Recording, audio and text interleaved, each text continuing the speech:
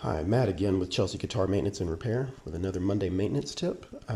Today we're going to be putting this nut back onto the Imperial after we've done some adjustment to it. I took a lot off the bottom, which is going to be your standard adjustment for a nut, and I'm going to put it back on the guitar. I'm going to go ahead and glue it back in place so I can finish the shaping on the top and finish on the saddles with it in place on the guitar because I like doing it that way. And the main thing to remember whenever you're gluing a nut back on a guitar is you don't want to use too much glue.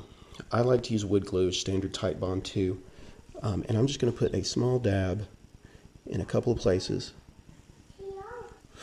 So we've got just small dab of glue here, small dab of glue here. I like to do one on each side. Some guitars you've got the cutout here for the truss rod. Glue of course won't stick there, so I do it on the sides. And we're just going to put it in place, align it by hand. Make sure it's seated properly.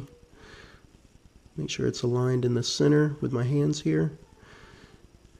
And that's really all there is to it. One thing you want to be sure of, you want to look and make sure you don't have any glue squeeze out on the back or on the front.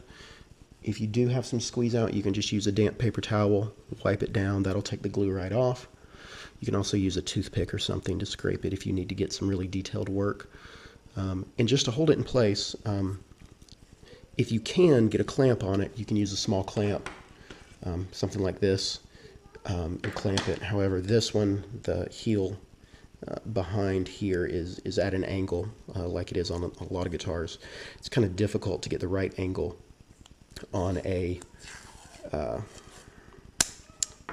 clamp there.